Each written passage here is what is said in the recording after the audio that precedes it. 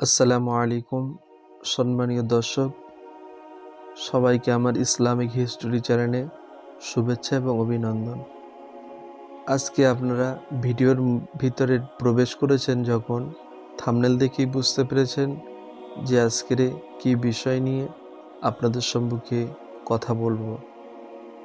সে বিষয়টি হচ্ছে যে শাড়ি পরিধান করা মহিলাদের জন্য জায়েজ কি না জায়েজ, এবং রাসূলুল্লাহ সাল্লাল্লাহু আলাইহি সাল্লামের স্ত্রীগণ কেমন পোশাক পরিধান করতেন এবং ইসলামের বিধান মহিলাদের কেমনভাবে চলা উচিত, সেই বিষয়ে আজকে আমরা ভিডিওটি করছি এবং আপনারা খুব ধৈর্য সহকারে এবং মনোযোগ সহকারে শুনবেন। চলেন তাহলে শুরু করি। বলছেন শাড়ি পরা মহিলাদের জন্য সুন্নাতের খেলাফ।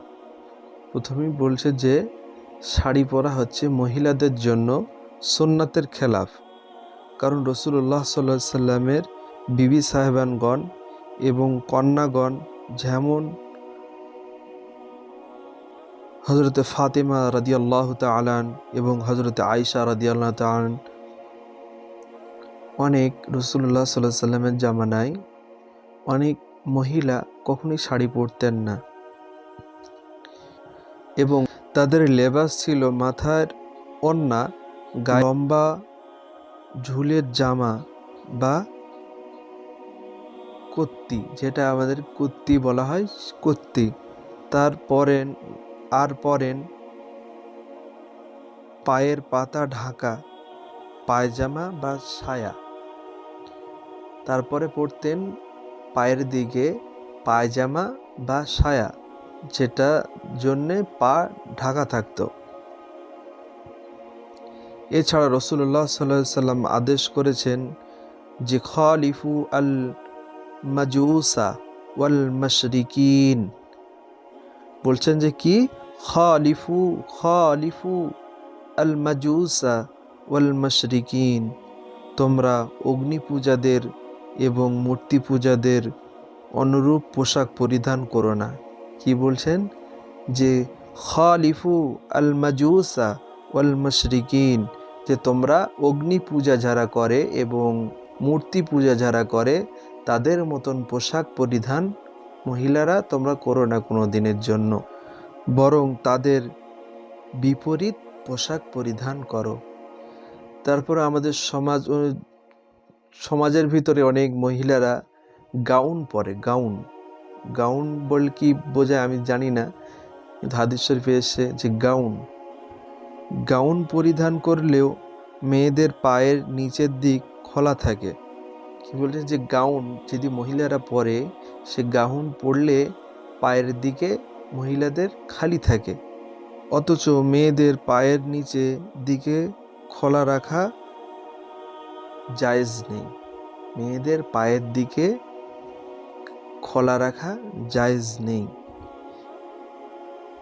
মেয়েদের বরখা যাতে খোলা না থাকে বা উঁচু না দেখা যায়, সেজন্য চাদর দিয়ে বুক, গলা, ঘাড় উত্তম রূপে ঢেকে রাখা দরকার।